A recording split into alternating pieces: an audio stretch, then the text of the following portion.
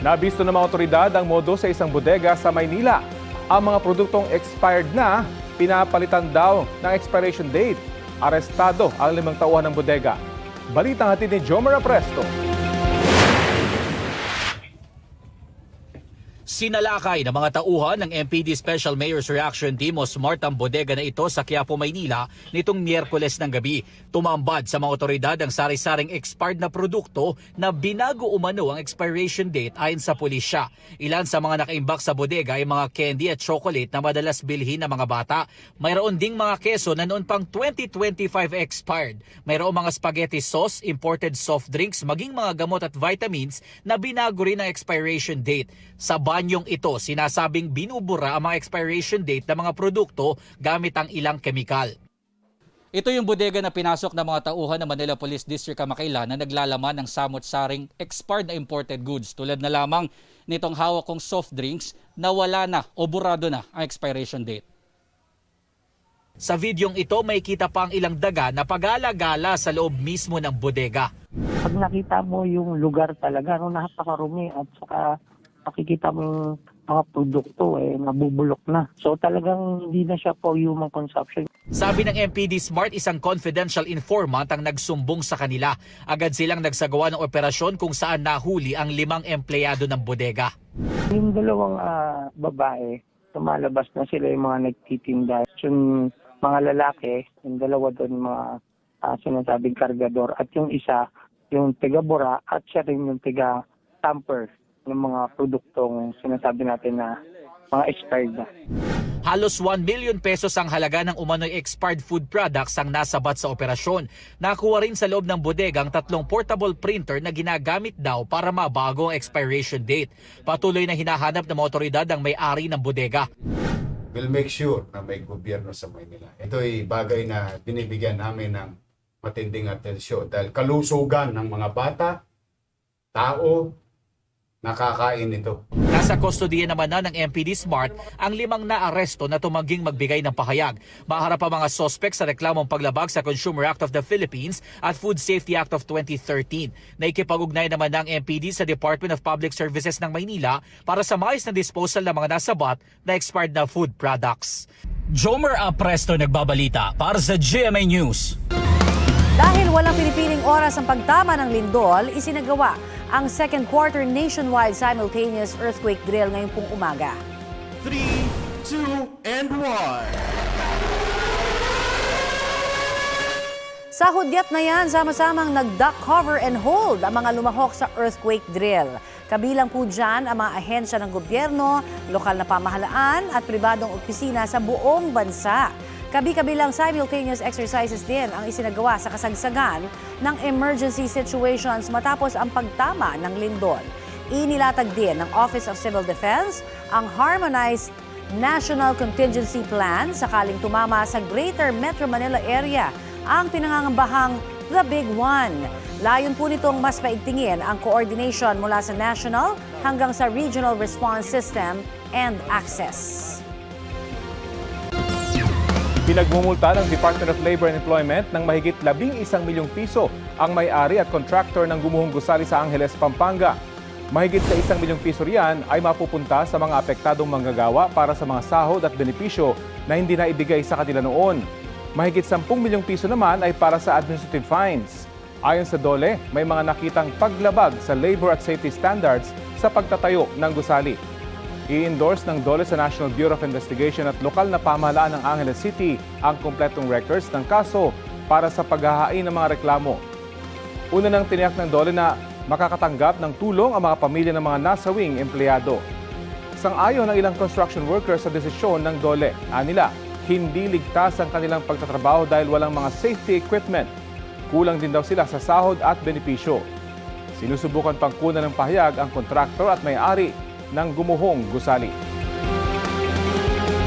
Nagkainitan sina Senador Pia Cayetano at Senador Risa Ontiveros habang tinatalakay ang ilang panukalang batas sa special session ng Senado kahapon.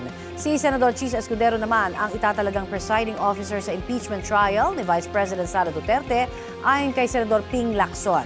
Balitang hatid ni Mark Salazar. Sa July 6, nakatakda ang pagsisimula ng impeachment trial ni Vice President Sara Duterte. Ayon kay Senador Ping Lacson, napagkasundoan ng mayorya na ihalal si Senador Chis Escudero bilang presiding officer ng paglilitis. Lawyer kasi at saka may experience na rin siya sa impeachment. So, yun. Sure na sir, si Senator Chis na Yun talaga. ang consensus namin. At When will that happen, sir? The election of Sen. Chis as presiding officer? pag nag-convene uli kami, I think July 6. Si Escudero ang tumayong presiding officer sa naunang impeachment case ng bise nung siya pa ang Senate President. Dagdag ni Lacson, hindi ito produkto ng negosasyon para sa paglipat ni Escudero sa kanilang grupo. Ang pag-amyenda sa Rules of Procedure ng impeachment trial kung saan nakapaloob ang paghalal ng presiding officer ang isa sa inaprobahang resolusyon ng magsesyon noong June 3. Pero kinikwestiyon ng grupo ni dating Senate President Alan Peter Cayetano sa Korte Suprema ang nangyaring sesyon. Argumento nila, labag umano ito sa saligang batas dahil ayon sa Cayetano Block, hindi sapat ang 12 senador para magdeklara ng quorum. Kaya paano kung panigan ng Korte Suprema ang petisyon habang gumugulong na ang Duterte impeachment trial? Kung sasagutin ng Supreme Court, sasagot kami. Kung sabihin ng Supreme Court, denied dahil mountain academic, that's it. Ayon kay Attorney Paulo Tamase ng UP College of Law, maaaring may epekto sa petisyon ng pagkakahalal ng bagong Senate President. Una, sila po mismo yung mag-withdraw ng petition nila. Yung ikalawa pong pwedeng mangyari ay yung korte mismo yung mag-dismiss dahil wala na pong kailangan i-resolve. Natuldukan na nga ang kalituhan sa kung aling paksyon nga ba ang mayorya sa pagkakahalal kay Senate President Win Gatchalian. Kasunod nito ay tumutok na ang mga senador sa legislative measures na layuning ipasa sa special session. Sa pagtalakay ng Senate Bill 1511 o panukalang amyenda sa Anti-Hospital Detention Law, nagkainitan sina Senadora Risa Ontiveros at Senadora Pia Cayetano. What I'm saying is it's not written in the bill. Mr. You President, can we ask may your suspend. staff because it's not written in the bill. We may suspend, Mr. President, but it is actually written in the bill, and I was Kindly read it. quoting the gentle lady Kindly read it when I into the responded to her record. question. Then read it into the record. Gayun din ang talakayin ng Magna Carta for Barangay Health Workers. You're welcome, Mr. President. I made of record earlier that I there thank were... the majority floor leader, not her honor, because her honor closed the period of amendments despite our name being there.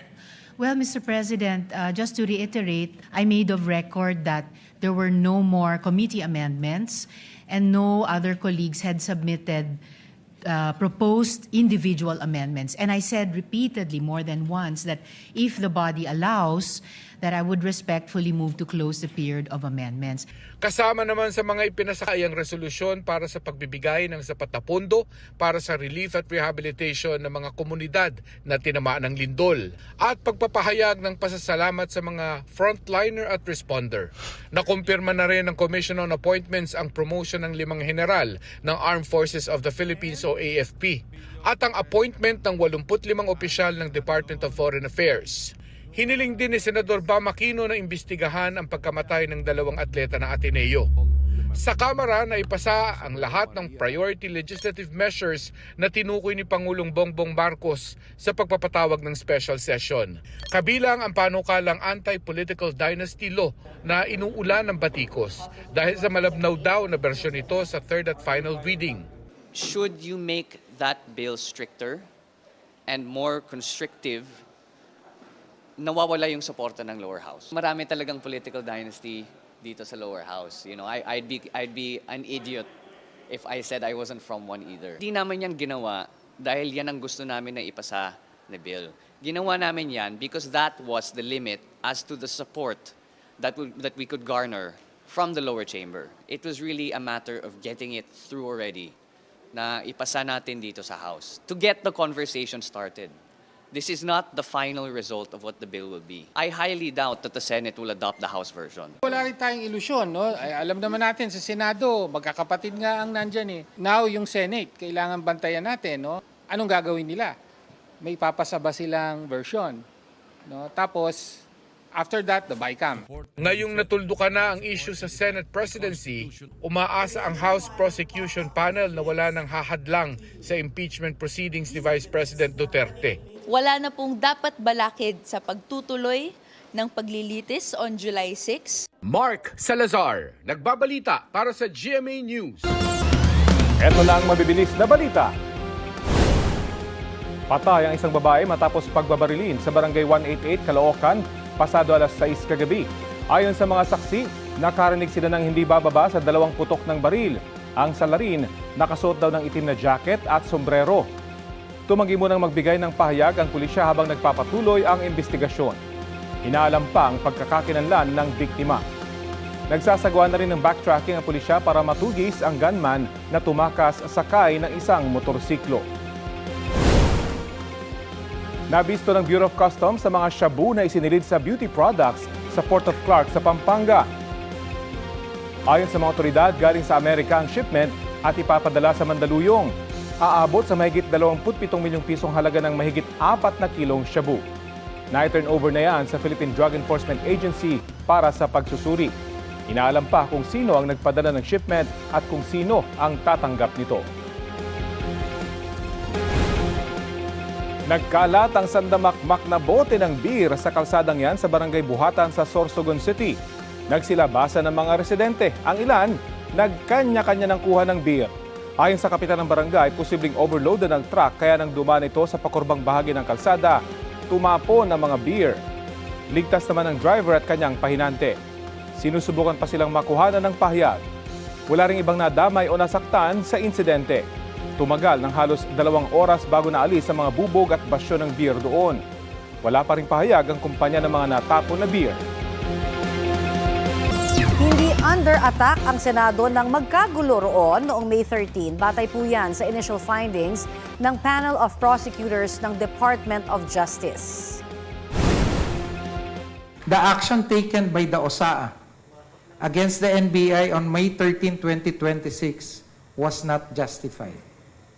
Second, the Senate building was not under attack on the night of May 13, 2026. Kaya hindi raw makatwiran ang pagpapaputok ng baril na ginawa ng Office of the Sergeant at Arms ng Senado. Gustong malaman ni Justice Secretary Frederick Vida kung planado ba ang mga aksyon para mapigilan ang pag-aresto kay Senador Bato de la Rosa. Inaalam ng DOJ kung sino-sino ang mga posibleng nagsabwatan para makatakas si Senador Bato de la Rosa.